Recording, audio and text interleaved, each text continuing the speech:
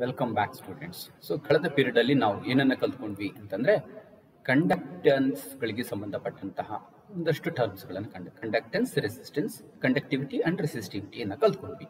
So ಅಲ್ಲೊಂದು important ವಿಷಯವನ್ನ ಹೇಳ್ಬಿಟ್ಟು ನಿಲ್ಸಿದ್ವು. ಏನು ಅಂತಂದ್ರೆ ಸೇಮ್ ಸಾಲ್ವೆಂಟ್ ಇದ್ದು ಬೇರೆ ಬೇರೆ ಎಲೆಕ್ಟ್ರೋಲೈಟ್ ಗಳನ್ನ ಬಳಸಿದ್ರೆ ಅದರ ಕಂಡಕ್ಟಿವಿಟಿ ಚೇಂಜ್ ಆಗುತ್ತೆ, ಕಂಡಕ್ಟೆನ್ಸ್ ಅಂಡ್ ಕಂಡಕ್ಟಿವಿಟಿ ಚೇಂಜ್ ಆಗುತ್ತೆ. ಯಾಕೆ ಕಾರಣ ಅಂತಂದ್ರೆ depending upon the size of the ion and also the charge on the ion, ಇವೆರಡರ ಮೇಲೆ ಡಿಪೆಂಡ್ ಆಗಿರುತ್ತೆ. ಅದರಿಂದ ಕೇವಲ ರೆಸಿಸ್ಟೆನ್ಸ್ ಕಂಡಕ್ಟೆನ್ಸ್ ಅಂತ ಹೇಳಿ ಹೇಳ್ಕೊಳ್ಳೋದ ಬದಲಿಗೆ ಇನ್ನೂ ಒಂದು ಸ್ವಲ್ಪ ಮಟ್ಟಿಗೆ ಹೆಚ್ಚು ಇನ್ಫಾರ್ಮೇಶನ್ ಅನ್ನು ಕೊಡುವಂತಹ ಒಂದು ಹೊಸ ಟರ್ಮ್ ಅನ್ನ ಇಂಟ್ರೊಡ್ಯೂಸ್ ಮಾಡುವಂತ ಅವಶ್ಯಕತೆ ಬಂತು. That is known as molar conductance. So molar conductance ಅಂದ್ರೆ ಏನು ಅಂತ ತಿಳ್ಕೊಳ್ಳೋಣ. The conductivity of a solution of different electrolytes in the same solvent differs due to charge and size of the ions. Hence, a meaningful molar conductivity ಅನ್ನುವಂತ ಒಂದು term ಅನ್ನು ನಾವು ಉಪಯೋಗಿಸ್ಕೊಳ್ತೀವಿ. So molar conductivity ಅಂದ್ರೆ ಏನು? ಸೊ ಇದರಲ್ಲಿ ಒಂದು ಪದ ಬಂದಿದೆ ಮೋಲಾರ್ ಅಂತೇಳಿ. ಸೊ ಮೋಲಾರ್ ಅಂದ್ರೆ ಏನು ನಿಮ್ಗೆಲ್ರಿಗೂ ಗೊತ್ತಿದೆ. So this word is originated from mole. Mole ಅಂದ್ರೆ ಏನು? ಸೊ ಮೋಲ್ ಅಂತಂದ್ರೆ 6.022 into 10 to the power of 23 entities ಇರುವಂತಹ ಯಾವುದೇ ಸಬ್ಸ್ಟೆನ್ಸ್ ಅನ್ನ ನಾವು ಮೋಲ್ ಅಂತೇಳಿ ಕರಿತೀವಿ. 1 mole of substance. So 1 mole of water ಅಂತಂದ್ರೆ 6.022 into 10 to the power of 23 molecules ಇರುವಂತಹ ವಾಟರ್ ಮಾಲಿಕ್ಯೂಲ್ ಇರುವಂತದನ್ನ ನಾವು ಏನಂತ ಕರಿತೀವಿ? 1 mole ವಾಟರ್ ಅಂತೇಳಿ ಕರಿತೀವಿ. ಸೊ 1 mole ವಾಟರ್ಗೂ ಮತ್ತು ಅದರ ಮಾಸ್ಗೂ ರಿಲೇಶನ್ಶಿಪ್ ಇದೆ. That is known as molar mass. So molar mass ಅಂತಂದ್ರೆ ಏನು? Gram molecular mass of water has 6.022 into 10 to the power of 23 molecules. ಅಂದ್ರೆ ಅರ್ಥ 18 ಗ್ರಾಮ್ಸ್ ಆಫ್ ವಾಟರ್ ನ ತೆಗೆದುಕೊಂಡ್ರೆ ಅದರಲ್ಲಿ 6.022 into 10 to the power of 23 ಇರುತ್ತೆ. Therefore it is called as molar mass ಅಂತೇಳಿ ಕರಿತೀವಿ.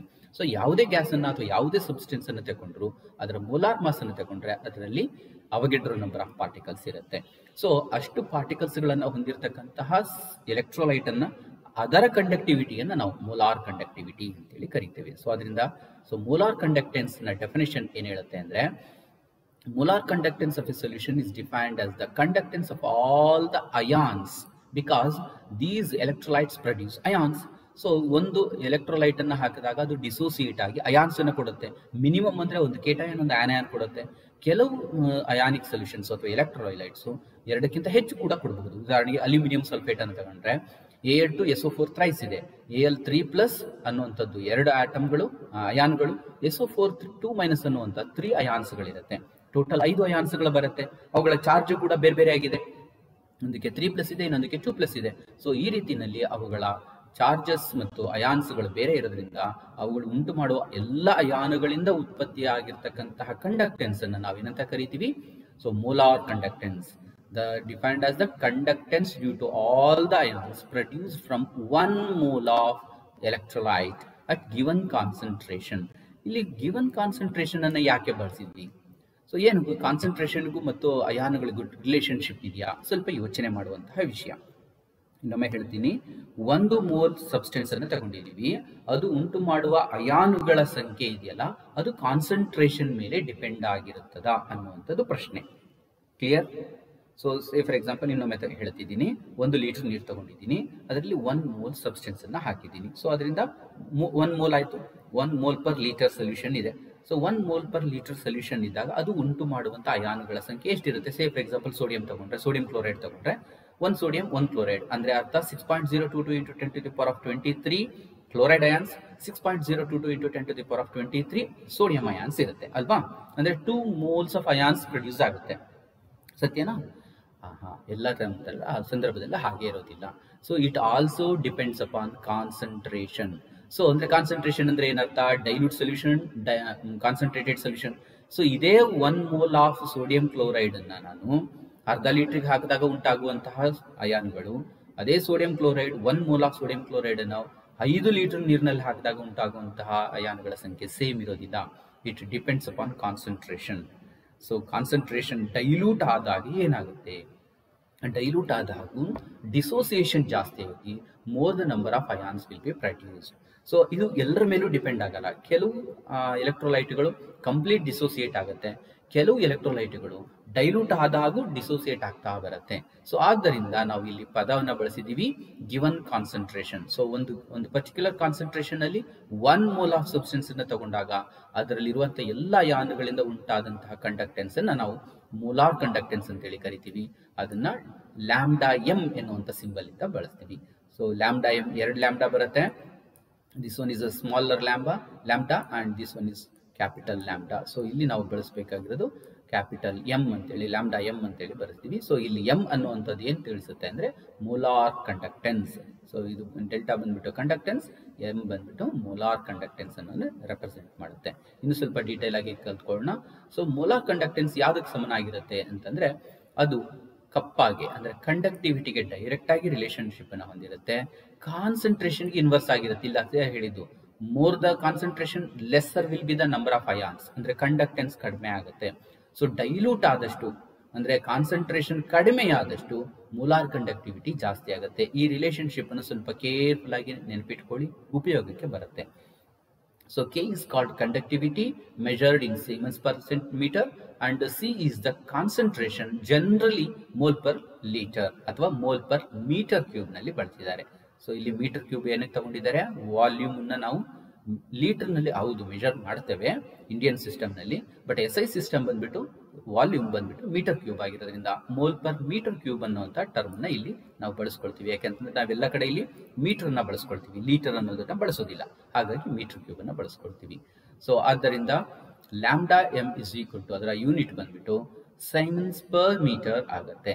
So metre cube divided by mole, mole ಸಣ್ಣದಾಗಿ ತಪ್ಪಾಗಿದೆ, ಮೋಲ್ ಪರ್ ಮೀಟರ್ ಕ್ಯೂಬ್. ಅದನ್ನ ಕನ್ವರ್ಟ್ ಮಾಡ್ಕೊಂಡ್ರೆ ಏನಾಗುತ್ತೆ, so siemens metre square per mole is the unit of molar conductivity. So molar ಕಂಡಕ್ಟಿವಿಟಿಗೆ unit ಬಂದ್ಬಿಟ್ಟು so ಇದಾಗತ್ತೆ, ಅದು siemens metre square per mole ಆಗುತ್ತೆ. ಅಂಡರ್ಸ್ಟುಡ್? ಸೊ ಇದನ್ನ ಇನ್ನು ಸ್ವಲ್ಪ ಸರಿಯಾಗಿ ಅರ್ಥ ಮಾಡ್ಕೊಳ್ಳೋಣ. Based on this conductivity and conductance, so electrolytes are classified into 2 groups. ಒಂದು ಸ್ಟ್ರಾಂಗ್ ಎಲೆಕ್ಟ್ರೋಲೈಟ್ಸ್ ಅಂತೇಳಿ ಕನ್ಸಿಡರ್ ಮಾಡ್ತೀವಿ, ಇನ್ನೊಂದು ವೀಕ್ ಎಲೆಕ್ಟ್ರೋಲೈಟ್ ಅಂತೇಳಿ ಕನ್ಸಿಡರ್ ಮಾಡ್ತೀವಿ. ಸೊ ಯಾವ್ದನ್ನು ಬೇಸ್ ಮಾಡಿ, ಎಕ್ಸ್ಟೆಂಟ್ ಆಫ್ ಡಿಸೋಸಿಯೇಷನ್, ಯಾವ ಪ್ರಮಾಣದಲ್ಲಿ ಅದು ಅಯಾನುಗಳಾಗಿ ವಿಭಾಗ ಹೊಂದುತ್ತೆ ಅನ್ನೋದನ್ನು ಆಧರಿಸಿಕೊಂಡು so we divide into 2 class as strong electrolytes and weak electrolytes. So ಹಾಗಾದ್ರೆ ಸ್ಟ್ರಾಂಗ್ ಎಲೆಕ್ಟ್ರೋಲೈಟ್ ಅಂದ್ರೆ ಏನು, ವೀಕ್ ಎಲೆಕ್ಟ್ರೋಲೈಟ್ ಅಂದ್ರೆ ಏನು, ಸೊ ನೋಡ್ತಾ ಹೋಗೋಣ. ಇದೊಂಥರದಲ್ಲಿ ಆಲ್ರೆಡಿ ನೋಡಿರುವಂಥದ್ದು, ನಿಮಗೆ ಫಸ್ಟ್ PUC ನಲ್ಲಿ ಬಂದಿರುವಂಥದ್ದು. ಸ್ಟ್ರಾಂಗ್ ಎಲೆಕ್ಟ್ರೋಲೈಟ್ ಅಂತಂದ್ರೆ ಇಟ್ ಆಲ್ಮೋಸ್ಟ್ ಡಿಸೋಸಿಯೇಟ್ಸ್ ಕಂಪ್ಲೀಟ್ಲಿ. ಅಂದ್ರೆ ಅರ್ಥ, ಒಂದು ಸಾಲ್ಟ್ ಅನ್ನ ನೀರಿಗೆ ಹಾಕಿದ ತಕ್ಷಣ, ಸಾಮಾನ್ಯವಾಗಿ ನೀರನ್ನು ಬಳಸ್ತೀವಿ ನಾವು, ನೀರಿಗೆ ಹಾಕಿದ ತಕ್ಷಣ ಆಲ್ಮೋಸ್ಟ್ ಕಂಪ್ಲೀಟ್ ಆಗಿ ಡಿಸೋಸಿಯೇಟ್ ಆಯ್ತು, ಆಲ್ಮೋಸ್ಟ್ 99% ಡಿಸೋಸಿಯೇಟ್ ಆಗಿ ಅಯಾನ್ಸ್ಗಳನ್ನು ಕೊಟ್ಟರೆ such electrolyte is called as strong electrolyte. Say for example KCl, potassium chloride ಇದೆಯಲ್ಲ, ಅದನ್ನ ಎಷ್ಟೇ ನೀರಿಗೆ ಹಾಕಿ, ಸ್ವಲ್ಪ ನೀರಿಗೆ ಹಾಕಿ ಅಥವಾ ಜಾಸ್ತಿ ನೀರಿಗೆ ಹಾಕಿ, ಅದು ಕಂಪ್ಲೀಟ್ ಆಗಿ ಡಿಸೋಸಿಯೇಟ್ ಆಗುತ್ತೆ. ಅಟ್ ಈವನ್ ಕಾನ್ಸಂಟ್ರೇಟೆಡ್, ಆಕ್ಚುಲಿ ನಾವು ಮಾತಾಡಿದ್ವಿ ಡೈಲ್ಯೂಟ್ ಸೊಲ್ಯೂಷನ್ ಅಲ್ಲಿ ಕಂಪ್ಲೀಟ್ ಡಿಸೋಸಿಯೇಟ್ ಆಗುತ್ತೆ ಅಂತ, ಆದ್ರೆ ಕಾನ್ಸಂಟ್ರೇಟೆಡ್ ಸೊಲ್ಯೂಷನ್ ಅಲ್ಲೂ ಕಂಪ್ಲೀಟ್ ಡಿಸೋಸಿಯೇಟ್ ಆದ್ರೆ ಅವುಗಳನ್ನು ಸ್ಟ್ರಾಂಗ್ ಎಲೆಕ್ಟ್ರೋಲೈಟ್ ಅಂತ ಕರಿತೀವಿ. ಡೈಲ್ಯೂಟ್ ಅಲ್ಲಿ ಮಾತ್ರ ಡಿಸೋಸಿಯೇಟ್ ಆಗಿ ಕಾನ್ಸಂಟ್ರೇಟೆಡ್ ಅಲ್ಲಿ ಡಿಸೋಸಿಯೇಟ್ ಆಗಲಿಲ್ಲ ಅಂದ್ರೆ ಅವುಗಳನ್ನು ನಾವು ಕರಿತೇವೆ ವೀಕ್ ಎಲೆಕ್ಟ್ರೋಲೈಟ್ ಅಂತೇಳಿ. ಸೊ ಸ್ಟ್ರಾಂಗ್ ಎಲೆಕ್ಟ್ರೋಲೈಟ್ಗೆ ಒಂದಷ್ಟು ಎಕ್ಸಾಂಪಲ್ ನೋಡೋಣ. ಹೈಡ್ರೋಕ್ಲೋರಿಕ್ ಆಸಿಡ್, HNO3 ಅಥವಾ H2SO4 ಇವೆಲ್ಲವೂ ಆಸಿಡ್ಸ್ಗಳು, ಸ್ಟ್ರಾಂಗ್ ಆಸಿಡ್ಸ್. ಸ್ಟ್ರಾಂಗ್ ಎಲೆಕ್ಟ್ರೋಲೈಟ್ಸ್ ಅಂತೇಳಿ ಕಳೆದ ವರ್ಷ ಕಲ್ತಿದ್ವಲ್ಲ, ಸೊ ಅವೆಲ್ಲವುಗಳು ಕೂಡ ಆಸಿಡ್ಸ್ಗಳಾಗಿರ್ತಕ್ಕಂಥ ಇವೆಲ್ಲವೂ ಸ್ಟ್ರಾಂಗ್ ಎಲೆಕ್ಟ್ರೋಲೈಟ್ ಆಗಿರುತ್ತೆ. ಹಾಗೆ ಬೇಸಸ್ ಆಗಿರ್ತಕ್ಕಂಥ KOH, NaOH, BaOH ಟ್ವೈಸ್ ಇವೆಲ್ಲವೂ ಕೂಡ ಸ್ಟ್ರಾಂಗ್ ಎಲೆಕ್ಟ್ರೋಲೈಟ್ ಆಗಿರುತ್ತೆ. ಹಾಗೇನೆ inorganic and organic salts like, ತಪ್ಪಾಯಿತು, ಅಂದ್ರೆ ಎಲ್ಲವನ್ನೂ ಸೇರಿಸಿ ಹೇಳ್ತಾ ಇದ್ದೀವಿ. Sodium chloride, potassium chloride, sodium acetate, ಇಲ್ಲಿ ನೋಡಿ ಇದು ಆರ್ಗ್ಯಾನಿಕ್ ಮತ್ತು salt, inorganic salt of organic compound. Acetate ನಲ್ಲಿ CH3COO Na+ is also salt. So ಇದು ಕೂಡ ನಮಗೆ ಏನಾಗಿ ಕಾಣಿಸುತ್ತೆ, ಸ್ಟ್ರಾಂಗ್ ಎಲೆಕ್ಟ್ರೋಲೈಟ್ ಆಗಿ ನಾವು ಇದನ್ನ ಗುರುತಿಸಬಹುದು. ಹಾಗಾದ್ರೆ ವೀಕ್ ಎಲೆಕ್ಟ್ರೋಲೈಟ್ ಅಂದ್ರೆ ಏನು? So weak electrolytes are the substance which dissociate partially, not completely. So complete ಆಗಿ ಇದ್ರೆ ಅದನ್ನ ಸ್ಟ್ರಾಂಗ್ ಅಂತೀವಿ, ಪಾರ್ಷಿಯಲ್ ಆಗಿದ್ರೆ ಅದನ್ನ ವೀಕ್ ಅಂತೇಳಿ ಕರಿತೀವಿ in concentrated solution. So it dissociates completely in dilute solution. So dilution ಜಾಸ್ತಿ ಮಾಡ್ತಾ ಹೋದಾಗ ಅವು ಕೂಡ ಕಂಪ್ಲೀಟ್ ಆಗುತ್ತೆ, ಆದ್ರೆ ತುಂಬಾ ಸಾಲ್ವೆಂಟ್ ಬೇಕಾಗುತ್ತೆ. So examples, acetic acid, carbonic acid, HCO3 ಅಂತ ಕರಿತೀವಿ ಅದು. ಹಾಗೆ ಅಮೋನಿಯಂ ಹೈಡ್ರಾಕ್ಸೈಡ್ NH4OH. ಸೊ ಈ ತರದವುಗಳೆಲ್ಲವುಗಳು ವೀಕ್ ಎಲೆಕ್ಟ್ರೋಲೈಟ್ಗೆ ಎಕ್ಸಾಂಪಲ್ಸ್ ಆಗಿರುತ್ತೆ. ಸೊ ಇವುಗಳನ್ನ ಸಣ್ಣದಾಗಿ, ಅದಕ್ಕಿಂತ ಮುಂಚೆ ಇನ್ನೊಂದಷ್ಟು ವಿಷಯಗಳನ್ನ ಆಲ್ರೆಡಿ ಕಲ್ತಿರುವಂಥ ವಿಷಯಗಳು ನಿಮಗೆ ಹೈಸ್ಕೂಲಲ್ಲಿ ಬಂದಿರುವಂಥದ್ದು. ಮೆಟಾಲಿಕ್ ಕಂಡಕ್ಟರ್ ಅಂತ ಫಿಸಿಕ್ಸ್ ಅಲ್ಲೂ ಬಂದಿರುತ್ತೆ. ಈಗ ನಾವು ಎಲೆಕ್ಟ್ರೋಲೈಟಿಕ್ ಕಂಡಕ್ಟಿವಿಟಿ ನಾವು ಇಷ್ಟೊತ್ತು ಮಾತಾಡಿದ್ವಿ. ಇವೆರಡಕ್ಕೂ ಇರುವಂಥ ಕಂಪ್ಯಾರಿಸನ್ ಅನ್ನು ಸುಮ್ಮನೆ ಹೇಳ್ತಾ ಇದ್ದೀನಿ, ತುಂಬಾ ಇಂಪಾರ್ಟೆಂಟ್ ಏನಲ್ಲ ಎಕ್ಸಾಮಿನೇಷನ್ ದೃಷ್ಟಿನಲ್ಲಿ. ಸೊ ಎಲೆಕ್ಟ್ರೋಲೈಟ್ಗಳಲ್ಲಿ conductivity is due to ions, very important point. ಇಲ್ಲಿ ಏನಾಗುತ್ತೆ, it is because of the electrons. Metallic ಕಂಡಕ್ಟರ್ನಲ್ಲಿ ಕಂಡಕ್ಟಿವಿಟಿಗೆ ಕಾರಣ, ಕಂಡಕ್ಟೆನ್ಸ್ಗೆ ಕಾರಣ ಅದರಲ್ಲಿರುವಂಥ ಎಲೆಕ್ಟ್ರಾನ್ಸ್. ಇಲ್ಲಿ ಅಯಾನ್ಸ್ಗಳ ಕಾರಣ. ಅಯಾನ್ ಮೈಗ್ರೇಷನ್ ಇಂದ ಕಂಡಕ್ಟಿವಿಟಿ ಆಗುತ್ತೆ. So conduction takes place either in molten state or in aqueous state. So ಎಲೆಕ್ಟ್ರೋಲೈಟ್ಗೆ ಡೆಫಿನೇಷನ್ ಅದು. ಸೊ ಮೋಲ್ಟನ್ ಸ್ಟೇಟ್ ಇರಬೇಕು ಅಥವಾ ಈಕ್ವಿಯಸ್ ಸ್ಟೇಟ್ ಅಲ್ಲಿ ಇದ್ರೆ ಮಾತ್ರ ಅವುಗಳನ್ನು ನಾವು ಅಂತ ಕರಿತೀವಿ, ಎಲೆಕ್ಟ್ರೋಲೈಟ್ ಅಂತ ಕರಿತೀವಿ. ಇದು ಏನಾಗಿರುತ್ತೆ, ಇದು ಯಾವಾಗಲೂ ಸಾಲಿಡ್ ಸ್ಟೇಟ್. ಮೆಟಾಲಿಕ್ ಕಂಡಕ್ಟರ್ ಅಂತಂದ್ರೆ ಕಾಪರ್ ಇತ್ಯಾದಿಗಳಲ್ಲಿ ಕಂಡಕ್ಟಿವಿಟಿ ಮಾಡುವಂಥದ್ದು ಬರುತ್ತೆ. ಸೊ ಇಲ್ಲಿ ಏನಾಗುತ್ತೆ, ಕಂಡಕ್ಟೆನ್ಸ್ ಡ್ಯೂ ಟು ಡಿಕಂಪೋಸಿಷನ್, ಅಂದ್ರೆ ಅರ್ಥ ಅಯಾನ್ಸ್ಗಳಾಗಿ ಡಿಕಂಪೋಸ್ ಆಗುತ್ತೆ. ಆದ್ರೆ ಇಲ್ಲಿ ಆ ರೀತಿಯ ಡಿಕಂಪೋಸಿಷನ್ ಅನ್ನು ನಾವು ನೋಡೋದಿಲ್ಲ. There is no decomposition or any chemical changes during metallic conduction. So and last one, conduction ಇದೆಯಲ್ಲ, ಇದು increases with increase in temperature. ಯಾಕೆ ಅಂತಂದ್ರೆ ಕೈನೆಟಿಕ್ ಎನರ್ಜಿ ಜಾಸ್ತಿ ಆಗುತ್ತೆ. ಸೊ ಹೀಟ್ ಕೊಟ್ಟಾಗೆ ಪಾರ್ಟಿಕಲ್ಸ್ಗಳ ಮೂವ್ಮೆಂಟ್ ಜಾಸ್ತಿ ಆಗುತ್ತೆ, ಅದರಿಂದ ಕಂಡಕ್ಟೆನ್ಸ್ ಜಾಸ್ತಿ ಆಗುತ್ತೆ ಎಲೆಕ್ಟ್ರೋಲೈಟಿಕ್ ಕಂಡಕ್ಟರ್. ಆದರೆ it decreases in metallic conductor. ಯಾಕೆ ಅಂತಂದ್ರೆ ಟೆಂಪರೇಚರ್ ಜಾಸ್ತಿ ಕೊಟ್ಟ ತಕ್ಷಣ ವೈಬ್ರೇಷನ್ಸ್ ಜಾಸ್ತಿ ಆಗುತ್ತೆ, ಎಲೆಕ್ಟ್ರಾನ್ಗಳ ಫ್ರೀ ಮೂವ್ಮೆಂಟ್ಗೆ ಅದು ಆಬ್ಜೆಕ್ಟ್ ಮಾಡುತ್ತೆ. ಸೊ ರೆಸಿಸ್ಟೆನ್ಸ್ ಜಾಸ್ತಿ ಆಗುತ್ತೆ.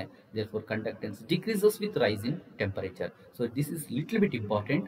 ಇದನ್ನ ಸಾಮಾನ್ಯ ಬೋರ್ಡ್ ಎಕ್ಸಾಮ್ ಅಲ್ಲಿ ಕೇಳಲ್ಲ, CET ಇತ್ಯಾದಿಗಳಲ್ಲಿ ನೀವು ಅದನ್ನ ಗಮನಿಸಬಹುದು. ಅಂಡರ್ಸ್ಟುಡ್? ಸೊ ಅದೇ ರೀತಿಯಲ್ಲಿ ನಾವೀಗ ಮಾತಾಡೋಣ ಎಲೆಕ್ಟ್ರೋಲೈಟ್ಸ್ ಮತ್ತು ನಾನ್ ಎಲೆಕ್ಟ್ರೋಲೈಟ್ಗಳ ಬಗ್ಗೆ ಮಾತಾಡೋಣ. ಸೊ ಏನು ಎಲೆಕ್ಟ್ರೋಲೈಟ್ ಮತ್ತು ನಾನ್ ಎಲೆಕ್ಟ್ರೋಲೈಟ್ ಅಂದ್ರೆ, ಸೊ ಇದು ಕೂಡ ಗೊತ್ತಿರುವಂಥದ್ದೇ, ತುಂಬಾ ಸುಲಭವಾಗಿರುವಂಥದ್ದು. ಎಲೆಕ್ಟ್ರೋಲೈಟ್ಗಳು ಏನಾಗುತ್ತೆ, ಮೋಲ್ಟನ್ ಸ್ಟೇಟ್ ಅಲ್ಲಿ ಅಥವಾ ಡಿಸಾಲ್ವ್ಡ್ ಸ್ಟೇಟ್ ಅಲ್ಲಿ ಕಂಡಕ್ಷನ್ ಮಾಡುತ್ತೆ.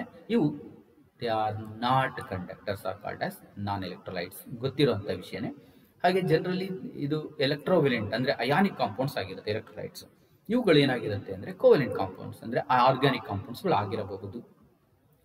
ಹಾಗೇನೆ ಇಲ್ಲಿ ಫ್ರೀ ಅಯಾನ್ಸ್ಗಳು ಮೋಲ್ಟನ್ ಸ್ಟೇಟ್ ಅಲ್ಲಿ ಅಥವಾ ಡಿಸಾಲ್ವ್ಡ್ ಸ್ಟೇಟ್ ಅಲ್ಲಿ ಸಿಕ್ಕರೆ, ಇಲ್ಲಿ ಆ ಥರದ ಯಾವ ಫ್ರೀ ಅಯಾನ್ಸ್ಗಳು ಸಿಗೋದಿಲ್ಲ ಯಾವುದರಲ್ಲಿ, ನಾನ್ ಎಲೆಕ್ಟ್ರೋಲೈಟ್ಗಳಲ್ಲಿ. So they decompose and discharge elements after passing current. ಅಂದ್ರೆ ಅರ್ಥ, ಕರೆಂಟ್ ಪಾಸ್ ಮಾಡಿದ ತಕ್ಷಣ ಹೋಗಿ ಒಂದ್ ಕಡೆ ಕೇಟಯಾನ್ಸ್ ಹೋಗಿ ಕ್ಯಾಥೋಡ್ ಕಡೆ, ಆನಯಾನ್ಸ್ ಹೋಗಿ ಆನೋಡ್ ಕಡೆನಲ್ಲಿ ಡೆಪಾಸಿಟ್ ಆಗುತ್ತೆ. ಆದ್ರೆ ಈ ತರದಲ್ಲಿ ಕೆಮಿಕಲ್ ರಿಯಾಕ್ಷನ್ಸ್ ಇಲ್ಲಿ ಆಗೋದಿಲ್ಲ, ಯಾಕೆಂದ್ರೆ ಕಂಡಕ್ಟಿವಿಟಿನೇ ಆಗೋದಿಲ್ಲ. ಸೊ ಇಲ್ಲಿ ಎಕ್ಸಾಂಪಲ್ಸ್ ನಿಮ್ಗೆ ಎಲೆಕ್ಟ್ರೋಲೈಟ್ಸ್, ಬೇಕಷ್ಟು ಎಲೆಕ್ಟ್ರೋಲೈಟ್ಸ್ ಇದೆ. ಆಸಿಡ್ಸು, ಬೇಸಸ್ಸು, ಸಾಲ್ಟ್ಸು, ಯಾವ್ದು ಬೇಕಾದ್ರೂ ಆಗ್ಬೋದು.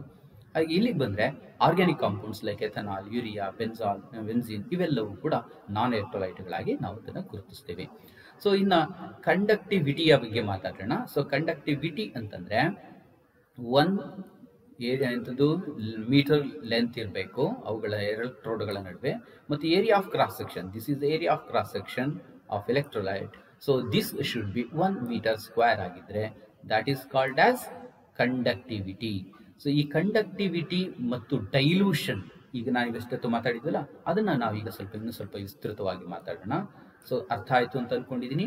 ಸೊ ಈಗ ಡೈಲ್ಯೂಷನ್ ಜಾಸ್ತಿ ಮಾಡ್ತಾ ಹೋದಾಗ ಕಂಡಕ್ಟಿವಿಟಿ ಏನಾಗ್ತಾ ಹೋಗುತ್ತೆ. ಸೊ ಮೋಲಾರ್ ಕಂಡಕ್ಟಿವಿಟಿ ಅಲ್ಲ, ಕಂಡಕ್ಟಿವಿಟಿ. ಸೊ ಕಂಡಕ್ಟಿವಿಟಿ ಈಗ ತಾನೇ ಹೇಳಿದೆ, ಇವೆರಡರ ನಡುವಿನ distance fix, area of cross section fix. ಇಲ್ಲಿ ಡೈಲ್ಯೂಟ್ ಇರ್ಬೋದು ಅಥವಾ ಕಾನ್ಸಂಟ್ರೇಟೆಡ್ ಇರ್ಬೋದು. ಸೊ ಡೈಲ್ಯೂಟ್ ಇದ್ದಾಗ ಏನಾಗುತ್ತೆ, ಡಿಗ್ರಿ ಆಫ್ ಡಿಸೋಸಿಯೇಷನ್ ಜಾಸ್ತಿ ಇರುತ್ತೆ ಜನರಲಿ, ಆದ್ರಿಂದ ಅಲ್ಲಿ ಕಂಡಕ್ಟಿವಿಟಿ ಜಾಸ್ತಿ ಇರುತ್ತೆ.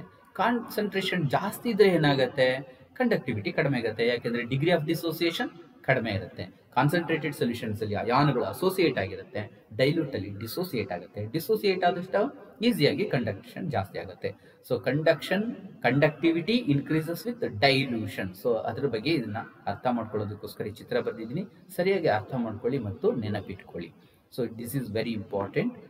ಇದರ ಉಪಯೋಗಿಸ್ಕೊಂಡು ನಾವು ಇವೆರಡು variation of conductivity in molar conductivity with concentration ಅನ್ನೋದನ್ನ ನಾವು ತಿಳ್ಕೊಳ್ಳೋಣ. ಇದನ್ನ ನೆಕ್ಸ್ಟ್ ಅಲ್ಲಿ ತಿಳ್ಕೊಳ್ಳೋಣ. ಓಕೆನಾ?